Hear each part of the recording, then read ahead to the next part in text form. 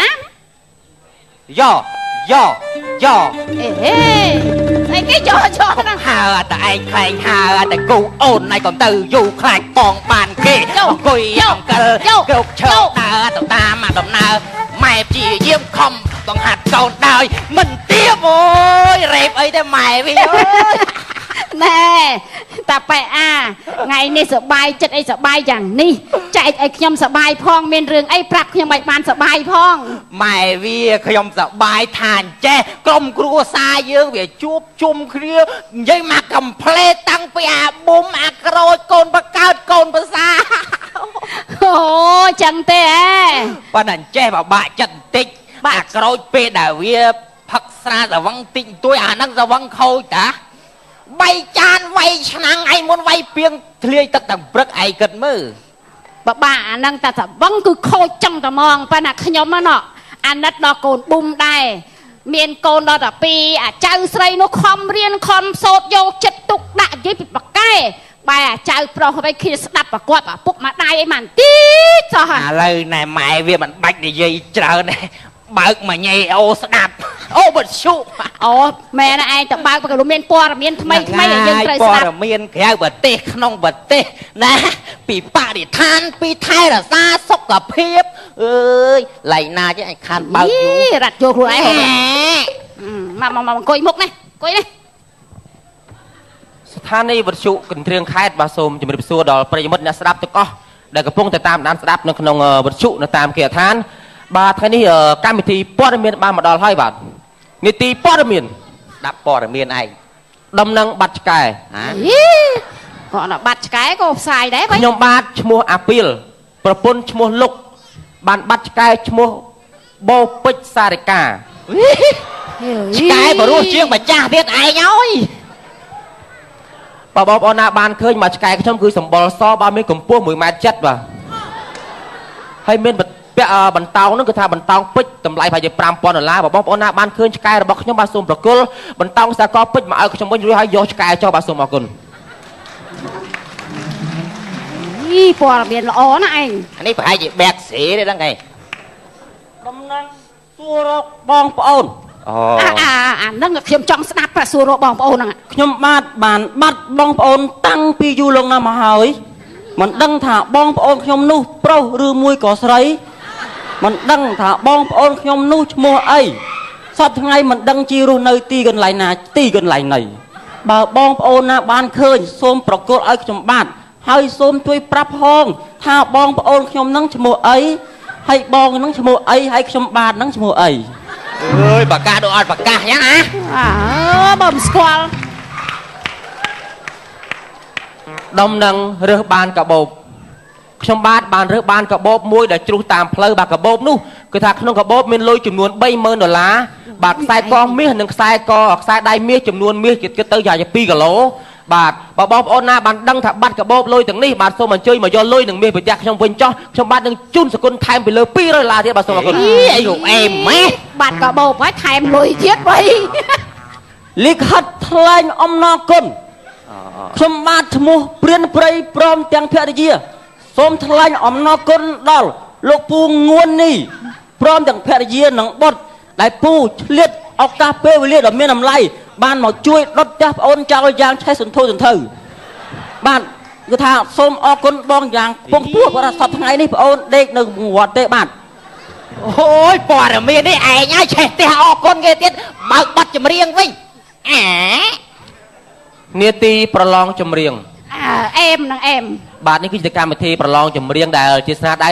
បាទនិពន្ធរបស់បងប្អូនដែលទៅសេមកផ្ញើក្នុងបទរបស់យើងបាទបទរបស់យើងសូមបាទអានបាទกระดาษចម្រៀងដែលបងប្អូនបាននិពន្ធផ្ញើមកហើយបាទនេះដែរនេះគឺជាចម្រៀងរបស់បងប្អូនប៉យបាទបានទៅសេចម្រៀងបទក្រោយមកគេថាអោក្រុងបាវិតបាទអូបរុសបាទសូមច្រៀងដូចតទៅបាទអោក្រុងបាវិតនៅចិត្តតាខ្មៅបងនាំអូនទៅកាត់តាមអ្នកលឿងអោក្រុងប៉ោយប៉ែតស៊ីបគ្រឿងប៉ោយប៉ែតនៅអ្នកលឿងនៅចិត្តគ្នាណាស់ ហើយប៉ែតអ្នក អោខេតស្វាយរៀងជាស្រុកកំណើតរូបខ្ញុំបានកើតនៅកំពង់ធំអោភ្នំដងរែកបងដើររាវក្រុមរដូវបនភ្ជុំខ្ញុំទៅចូលឆ្នាំពេលខ្ញុំនឹកម៉ែខ្ញុំតែអើយរកឪខែរាំងឆ្លងផ្លូវក្របីស៊ីឆ្កែបាទសូមអរគុណបាទឡើយនេះអសរលុបបាទមើលមិនដល់បាទឆ្កែដោពោណា សូមកែប្រូបន្តទៀតបាទនេតិសំណុំពរបទចម្រៀងតាមអំពើចិត្ត អាហ្នឹងបានអេម លោកបាទលោកចែមសារ៉ាន់បានផ្ញើចម្រៀងមួយបទជូនទៅសម្លាញ់របស់គាត់គឺសម្លាញ់ពាក់មីបាទសូមអរគុណបាទគឺថាលោកនឹងបាននឹករលឹកសម្លាញ់គាត់ជាខ្លាំងគឺថាបានបែកគ្នារយៈពេលជាជាង10ឆ្នាំហើយលោកក៏បានពេញចិត្តនៅចម្រៀងមួយបទផ្ញើជូនទៅសម្លាញ់ពាក់មីហើយបទនេះដែលមានចំណងជើងថាអាយុខ្លីម្លេះអោសម្លាញ់អើយបាទក៏មានលិខិតសំណូមពរបទចម្រៀងមួយដែរគេថាពីកុមារីមកម្នាក់អាយុបាទ14ឆ្នាំទេបាទកុមារី14ឆ្នាំបាទបាននិយាយប្រាប់ថានាយគ្រឿនបាទអាយុ30ឆ្នាំបានទេញ៉ែញ៉នគាត់រាល់ថ្ងៃបាទឥឡូវនេះបាទកុមារីបានផ្ញើចម្រៀងបទមកជូនលោកពូគ្រឿនវិញបទនេះមានចំណងជើងថា20ឆ្នាំក្នុងគុកបាទ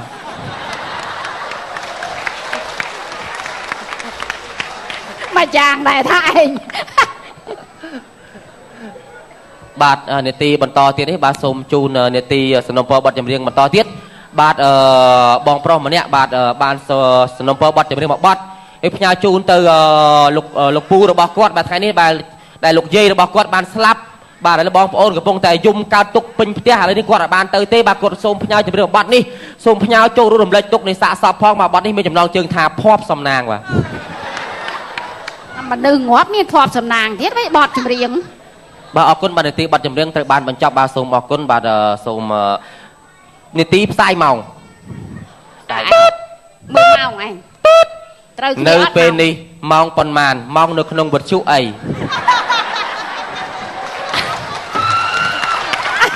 មិនបានចឹងឯងថាផ្ទៀងម៉ោង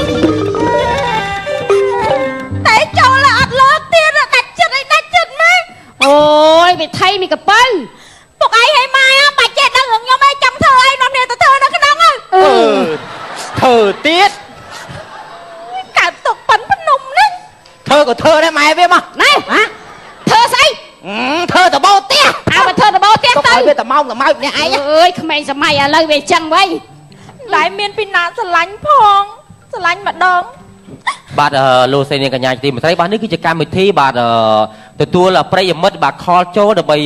សួរឬក៏បកស្រាយអំពីបញ្ហាផ្លូវចិត្តបញ្ហាគ្រួសារបញ្ហាជីវភាពនិងសុខភាពបាទហើយនឹងបញ្ហាស្នេហាបេះដូងនិងបេះថ្លើមបាទបេះដូងថ្លើមខ្លាញ់ហ្នឹងបាទអាចខលចូលរួមបានតាមរយៈទូរស័ព្ទឲ្យមាន2ប្រព័ន្ធបាទសូមអញ្ជើញបាទអូស្គាល់ហើយលេខហ្នឹងបាទលើបាទឃើញប្រិយមិត្តយើងបានខលមកហើយបាទខ្ញុំបាទសូមលើកទូនតែម្ដងបាទអាឡូជំរាបសួរកញ្ញាបាទអាឡូជំរាបសួរបាទជំរាបសួរកញ្ញាបាទចាខ្ញុំមិនឈ្មោះកញ្ញាឯពូបាទឈ្មោះអីបាទឈ្មោះអីបាទឈ្មោះខ្ញុំបាទអរគុណមីខ្ញុំបាទចា សុំថយទេបាទគឺថាមានសម្លេងកង់ខ្លាំងណាស់បាទសម្លេងកង់ខ្លាំងសុំថយពីបញ្ជុទេបាទបាទថយទេបាទអង្គុយរៀងយ៉ាងជើងទេបាទទៅឆ្ងាយទេទៅឆ្ងាយទេបាទអាឡូ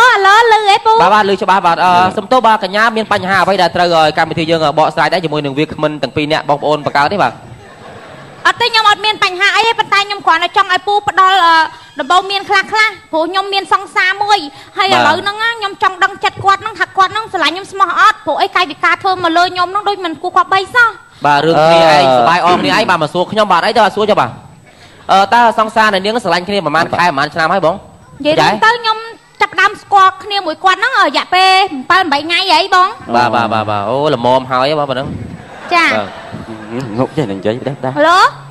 បាទសូមមានអញ្ជើញមានផ្សារផ្ទាល់ទៀតបាទចាខ្ញុំស្គាល់គ្នាបាន7 8ថ្ងៃហើយគាត់បានណាត់ខ្ញុំហ្នឹងទៅជួបគ្នាមួយគាត់នៅកុលស្ពានព្រៃថ្មាក់មកពី10យប់ខ្ញុំភ័យខ្លាំងណាចេះនេះគេអូកាឡានេះគេអូកាឡានិយាយរួមថ្ងៃកើតហេតុហ្នឹងខ្ញុំបកែកខ្ញុំថាអត់ទៅទេហើយនាងទៅបាទនាងទៅហ៎អូខ្ញុំបកែកខ្លាំងណាខ្ញុំអត់ទៅទេព្រោះអីខ្ញុំគិតថា ខ្ញុំជាស្រីខ្ញុំធ្វើចឹងអត់សមទេតែទីបំផុតខ្ញុំលួចទៅតបាន អូ អូបាទអរគុណបាទ ពិតជាមនុស្ស ហើយពេលដែលនាងបាទពេលនាងទៅដល់កន្លែងកើតហេតុហ្នឹងតើបរោះហ្នឹងរូបរាងយ៉ាងម៉េចហើយគេធ្វើអ្វីមកលើនាងដែរបាទ សង្ហាហ្មងបងសង្ហាហ្មងខ្ញុំនិយាយត្រង់កំពុង1.75 ម៉ែត្របង បាទ 1.75 ហើយពាក់មួកពណ៌ខ្មៅពាក់បន្តាហើយយកវ៉ាលីធំមួយពាក់អាវធំខ្វាហ្សេបាច់បើជើងប៊ូនិយាយចំក៏អាវស្លៀកពាក់ទំនើបហ្មងបង ហើយគាត់ជារយន្តផ្លាកលេខរយន្តគាត់ផ្លាកលេខប៉ុន្មានដែរ ចា ផ្លាកលេខរយន្តផ្លាកលេខគាត់ប៉ុន្មានរយន្តគាត់បាទឡានគាត់ផ្លាកលេខប៉ុន្មានដែរបាទ គាត់ជិះកង់មកបង បាញ់អូជិះកង់មកវាយសើអាវធំ ខ្ញុំអត់ បាទ យ សូម ល់ អញ្ជើញមានភាសាបន្តទៀតតែបន្ទាប់មកគឺមានសកម្មភាពអ្វីកើតឡើងនៅរាត្រីដ៏ស្ងាត់ស្រងំដែលនាងហេទៅរកគេហ្នឹងបាទ ចាខ្ញុំទៅរកគាត់ដើម្បីខ្ញុំចង់ដឹងមុខគាត់ច្បាស់ដល់ពេលទៅដល់បានឃើញគាត់ដើរសំដៅមកហ្មងគាត់ទម្លាក់កាបូបចោលព្រោះគាត់សំដៅមករកខ្ញុំ បាទបាទ សំដៅមកគាត់ដើរលបមួយនិយាយរួមទៅដំណើរគាត់របៀបធ្វើដូច អូនាងមិនបាច់ធ្វើកាយផ្កាទេធ្វើកាយកាខ្ញុំមើលមិនឃើញដែរ ដល់ពេលអញ្ចឹងទៅខ្ញុំក៏គាត់ឲ្យខ្ញុំគាត់ថាអង្គុយចុះខ្ញុំអង្គុយចុះភ្លាម ចុះវឹប អង្គុយចុះគាត់ចាប់ផ្ដើមកៅភ្នែកគាត់ទាំងពីរបាញ់មកចំខ្ញុំមើលគាត់ដែរហើយខ្ញុំមើលគ្នាទៅវិញទៅមកមើលទៅមើលមកគាត់ចាប់ផ្ដើមដោះអាវហ្មង ដោះអាវ ចាគាត់ដោះអាវចេញទៅសល់អាវយឺតមួយទៀត ឆ្ងាញ់ទៅ បន្ទាប់មកមើល អាវគាត់ធ្វើមិនទៀតបាទ មើលមុខខ្ញុំមើលគាត់ស្រាប់ថាជើងវែងចោល ចាប់រយ ចា បាទសេខោជើងវិញចោលធ្វើមិនទៀតនាងបាទ ហើយកាលនោះខ្ញុំភ័យខ្លួនហ្មងខ្ញុំចង់ស្លាប់ហ្មងខ្ញុំភ័យខ្លាំងខ្ញុំធ្វើអីមិនត្រូវទេព្រោះអីខ្ញុំហត់នឿយនឹងអាពេលរត់ទៅរកគាត់ខ្ញុំហត់មួយសាយដល់ពេលឃើញគាត់អញ្ចឹងធ្វើទាំងវើអញ្ចឹងដាក់ខ្ញុំចាប់ដើមភ័យទៅខ្ញុំដួលហ្មងដួលព្រុសហ្មង ដួលប្រឡាក់ខោអាវអស់ហើយ អត់ប្រឡាក់ទេនៅទៅលើកទេល បានកទេលមកពីណា ខ្ញុំយកទៅ វ៉ាបាទ អូ ភ័យណាស់វិញកទេលទៅ នេះគាត់ការពារខ្លួនតែលើគាត់មកតែមិនដល់យប់គាត់ថាអាចសម្រាប់តាមផ្លូវបានយោបល់ល្អគាត់ ហើយបន្ទាប់មកយ៉ាងម៉េចទៀតបាទបរោះនឹងធ្វើយ៉ាងម៉េចទៀតបាទនាងបាទ ចា នាងនិយាយមកពិធីកក្តៅសាច់ទេបាទបាទនិយាយបន្តទៀតបាទ ខ្ញុំដួលលើកទេព្រុសគាត់ឲ្យខ្ញុំងើបវិញ បាទ អស់ងើបវិញប្រួយខ្ញុំផឹកស្រាដូយហ្មង អូ ស្រាសបងស្រាស តែប៉ុន្តែគេចង់យកស្រាហ្នឹងដើម្បីផឹកតទល់នេះដើម្បីឲ្យក្បាននារីទុនខ្សោយមិនអញ្ចឹងណាដើម្បីផឹកទៅឲ្យនារីនឹងស្លាប់ចូលស៊ើប100 មើល យ៉ាងម៉េចទៀតបាទ មុនដំបងស្រាសយកមកផឹកឲ្យយើងនឹងផឹកម្នាក់1លីត្រដូចគ្នាមួយគាត់ឲ្យស្រាសបងក្តៅ បាទនេះសូមមានភាសាលឺទេអត់សូវលឺទេបាទ ចា អត់សូវលឺទេមានភាសាលឺទេបង ចាផឹកស្រាសបន្ទាប់ពីផឹកហើយចាប់ដើមក្តៅលងាញាក់ហ្មងស្វឹងណាបង បាទ ទៅពេលចុងទៅខ្ញុំចាប់ដើមក្តៅសាច់ហ្មងខ្ញុំចាប់ដើមលេលើចុះបរោះនោះ ផឹកទៅផឹកមកព្រុសហ្មងនាងស្លាប់ហ៎ ខ្ញុំថាចប់ហើយ នាងស្លាប់មែន អត់ទេគាត់ស្លាប់ អានោះក៏ថោកហើយចុះនាងវិញ ខ្ញុំគិតថាបើគាត់ស្លាប់ហើយដាក់កុំងើបអីកុំងើបខ្ញុំគិតសពទៅនៅក៏មិនបានស្អីដែរខ្ញុំវិច្ចទេមកផ្ទះខ្ញុំវិញមក បាទអរគុណបាទហើយនាងចង់សួរថាម៉េចទេបាទ ហើយខ្ញុំចង់សួរថាដល់ពេលចឹងទៅគាត់ជាបរិសុទ្ធប្រភេទណាដែរបង តាមពិតវារស់វាទៅភ្លើហ្មងគេថាវាកាឡាត្រូវបានឥឡូវនាងមានសម្លេងញ៉ៃបាទ យើងរៀនចឹងទៅអនាគតយើងភ្លឺឆ្វាងណាកូនដើម្បីភក្ត្រមកគល់យើងទៅថ្ងៃអនាគ បង ត ឃើញខ្ញុំកំពុងនិយាយមួយវិទ្យុគេអាហ្នឹង ថាបងកំពុងបដៅក្មួយ ហើយបដៅក្មួយគាត់អាឡូឃើញគេបាត់ អង្គុយរៀនដល់ កម្មវិធីសូមបញ្ចប់បរិសាមានញ៉ៃ សាក់ខ្វះពេលបដៅកូនណា តាំងពីម៉ែកូនឯងស្លាប់ទៅនឹងកូន2នាក់បានកូនស្រីឯងយង ពុកទៅពេលខ្ញុំរៀនចេះទៅខ្ញុំយកពុកឯងដាក់វត្ត មកយកពុកដាក់វត្តកូន ខ្ញុំឲ្យពុកឯងរៀនធម៌អា ចេះហាក់កូនពៅសំណាប់បេះដូងយ៉ាកូនបងថ្ងៃមួយថ្ងៃមិនដឹងធ្វើស្អីឲ្យរៀនអានោះបាក់ចិត្ត រីករាយស្ដាប់ដោយមេត្រីស្ដាប់ដំបូងមានសំទោអភ័យបើមានឆ្កងដោយពាក្យសំដីកុំអាលចោលខ្ញុំដុំថ្មដុំដីចោអាណិតខ្ញុំបាត់ DJ ចាញ់ថ្មីនៅមិនទាន់ស្គាល់មុខមិនទាន់ល្បីមែនទេអូមែនទេ បាក់កញ្ញឥឡូវហើយវៃចើហើយមិនមកពាក់មួកអីវ៉ាឡេឥឡូវភ្លឺពីពពួកអញស្អប់ណា DJ អីចេះអីអញអត់ចូលចិត្តទេណា អូអញមិនចូលចិត្តខ្ញុំចូលចិត្តណា និយាយមួយពុកដោះមួកចេញកូនគេថាក្មេងឆ្លើ ឥឡូវឯងដោះចេះមិនវាអស់ style DJ យើង វាឆ្លើយក្នុងផ្ទះកុំនេះចំកុំមកពាក់ចឹងខំប៉ឹងរៀនដោយប្អូនឯងបើករត់យកឲ្យប៉ាស្ដាប់ធំ ខ្ញុំសុំសួរឪពុកឯងមិនបានអត់រងថ្ងៃឪពុកឯងរស់នៅជាមួយខ្ញុំអត់ដែលខ្ញុំដឹងអត់ដែលចរិតឲ្យកូនឲ្យឯងមក ចរិតឯងក៏ភ្លឺ យកចេញឡើយទេពុក បើស្ដាប់ធัวក៏តាមដាយស្ដាប់ទៅអញនឹកឃើញអាធัวអាទេនាងអេគួយស្ដាប់ធัวមិនពុកឯង ម៉ែឪរស់នៅប្រឹងព្រួងកោ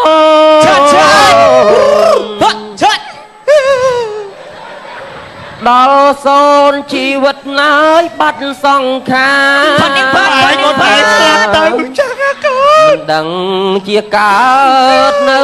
ទីណាឈើតាយស្អីអើយទេវតាឬជាប្រែតប្រែតមិនស្វាតាយប្រពន្ធខ្ញុំបើកើតជាមនុស្សឬទេវតានោះមិនអនិច្ចាយព្រោះស្គាល់ហេតុឈើឡាចណាស់តែផ្លាត់នេះកើតជាប្រែតបាំងពួងអើយរហេតុណើយអត់បាត់ចូលវាយអត់ដឹងម្ដងហ៎ទៅរៀនក្នុងកូនរៀនក្នុងឯងអត់រួចខ្លួនទេអាពងស្ដាប់ធွာឈើ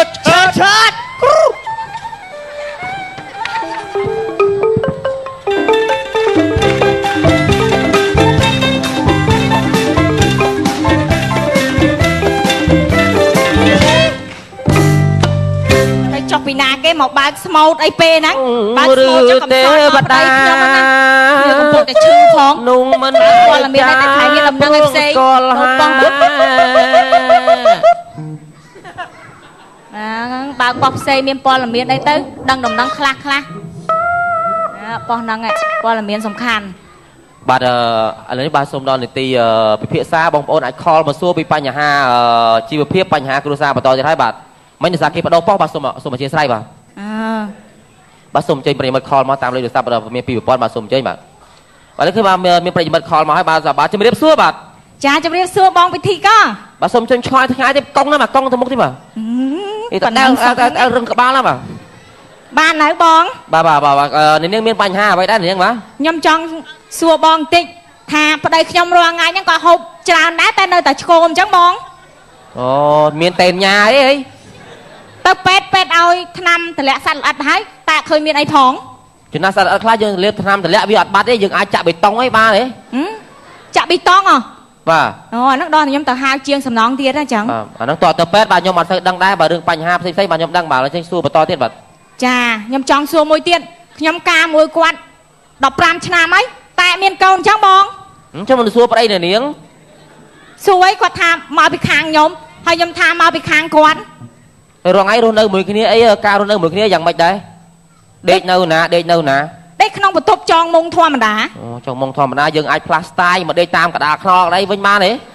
បាទតាមចើមផ្លូវអីដេកឲ្យមូស៊ីអីបានទេតែដេកអញ្ចឹងគេថាយើងអាហាររឹកពេកហីបងបាទហ្នឹងចូលតាក់ទងមួយប្តីអ្នកដែរខ្ញុំអត់សូវដឹងដែររឿងបញ្ហាហ្នឹងបាទយើងមានសំណួរអីសួរបន្តទៀតបាទចាខ្ញុំគ្រាន់តែសួរប៉ុណ្ណឹងចង់ដឹងយោបល់ពីបងចង់ឲ្យបងជួយឃើញអីចឹងបានអស់លុយថ្ងៃទេទៅរកប្រុសណាពងរកវិធីធ្វើមិនឲ្យមានកូនហ្នឹងណាអីគេដំណោះស្រាយខ្លួនណាគេនេះទេចូលប៉ុស្តិ៍វិទ្យុ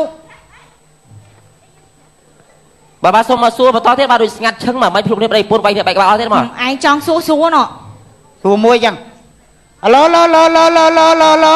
បាទលឺបាទបាទនេះខ្ញុំសុំសួររឿងមួយបងបាទហេតុអីខ្ញុំទៅណាមកណាគេហៅខ្ញុំមុខដូចស្វាបង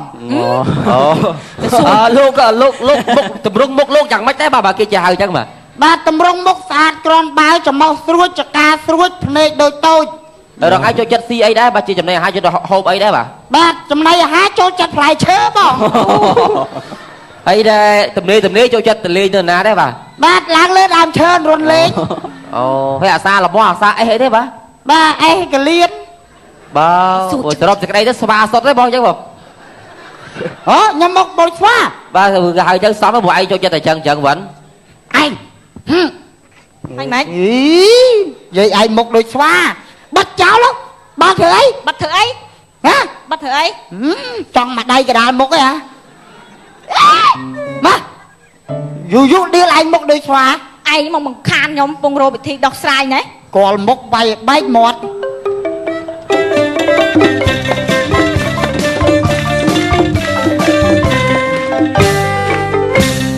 ហើយបលំឡើងបោផ្ទះបោអីចឹងទៅវាអារម្មណ៍ស្រស់ថ្លាវាមិនសូវកើតទុកបានប្តីនិយាយពីផឹកអីផឹកព្រឹកស្វឹងល្ងាចស្វឹងស្ដាយក្រោយអីស្ដាយបងសេរីយុនឹងបងរតនៈតាមស្រឡាញ់ស្ដាយស្ដុងចង់យកបាត់តែមិនយកអាតាពេកក្រូចនឹងឲ្យសយស្វឹងទេមែនណាក្តៅអីក្តៅដល់ហើយបើកវិសុមើលសិនមិនមិនឲ្យវាអារម្មណ៍ស្រស់ថ្លាតិចកុំឲ្យវាកើតទុករីងរៃពេក ចាងមេតកម៉ែហើយបងលែងលឺ ស្រមោលអ្នកណានៅមាត់បងអួត ទៀតតែអញ ចោលលួចឬមួយជាអ្វីរៀងដូចជាផ្កាក្លិនដូចជាស្រី សម្បត្តិ តែណាគេនិយាយមកណាអីហី អេខ្ញុំចាស់បាត់ចម្រៀងកាលនៅខ្ញុំនៅកំងខ្ញុំដាច់ បាត់ដូប៉ោះ ក្របីស៊ីស្រូវបងមិនទៅមិនទៅរៀនដាច់ក្របីស៊ីស្រូវបងមិនទៅមិនទៅដាច់របា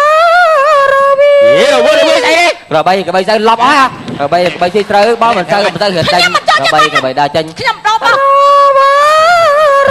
រវល់ដូប៉ោះសាច់ខ្ញុំដោប